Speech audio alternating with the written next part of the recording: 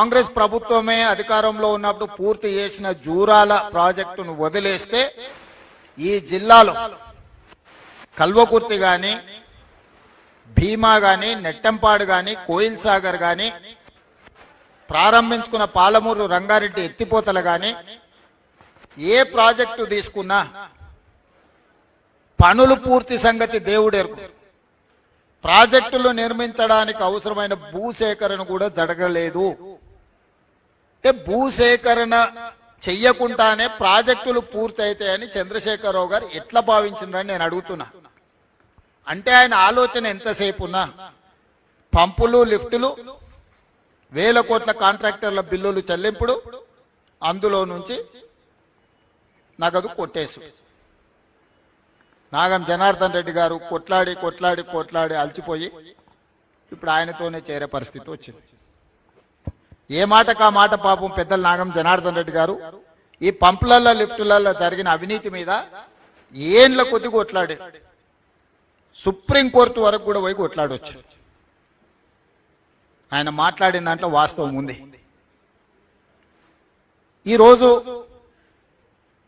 మేము అధికారం చేపట్టిన తర్వాత ఈ జిల్లా నుంచి ఎన్నికవడమే కాదు, ఈ జిల్లా నుంచి పుట్టి పెరిగి ఈ ప్రాంత పరిస్థితుల అవగాహన ఉండి 17 సంవత్సరాలు ప్రతిపక్షంలో జడ్పీటీసీగా, ఎమ్మెల్సీగా, ఎమ్మెల్యేగా, ఎంపీగా, పార్టీ నాయకుడిగా జిల్లా నలుమూలలు తిరిగిన నేను ఈ ప్రాజెక్టులను ఒక కొలిక్కి తీసుకురావాలనే ప్రయత్నం చేస్తే అసలు ఏది ఎక్కడుందో సరిచూసుకోవడానికే దాదాపుగా 2 సంవత్సరాలు పట్టింది. ఈరోజు వాటన్నిటిని కొలిక్కి తెచ్చి ముందుకు తీసుకెళ్దామంటే ఓహో పని చేసేటట్టే ఉన్నాడు, ఇదో కొలిక్కి వచ్చేటట్టే ఉంది కాబట్టి మేమేదో కార్యాచరణ తీసుకుంటాం, రాజకీయ కార్యాచరణ తీసుకుంటాం అని వాళ్ళు బయలుదేరారు. తప్పులేదు, తిన్నది అరగనే అరుగుతుంది, తిరగండి, నడవండి, చేసిన పాపాలు కొంచెమన్నా పోతాయి, కాశీ వరకు నడవండి, ఇంకా మంచిది. ఎందుకంటే మీరు చేసిన పాపాలు అంతా ఇంత కాదు, మీరు పాపాలు చేసుడే కాదు, ఆయన చేస్తుంటే చూసుడు కూడా మీరు చేసిన మహాపాపం. ఒక ఆయన గోసి కట్టుకొని రాజశేఖర రెడ్డి అనుకుంటాడు, గట్లెంబడి తిరిగి గోసి కట్టుకున్న వాళ్ళందరూ రాజశేఖర రెడ్డి అయితే బాగానే ఉంది. ఇటు పేరు మార్చుకున్నాడు ఇంకొక ఆయన. అసలు ఏ మాత్రం ప్రజలు ఏమనుకుంటారు, మనం ఇట్లా వ్యవహరిస్తే చీదరించుకుంటారా లేదా అన్న సోయి కూడా లేకుండా మా గురించి మాట్లాడి జిల్లాకు అన్యాయం చేసే ప్రయత్నం చేస్తున్నారు. ఈ రోజు నేను కొన్ని వివరాలు చెప్పదలుచుకున్నా.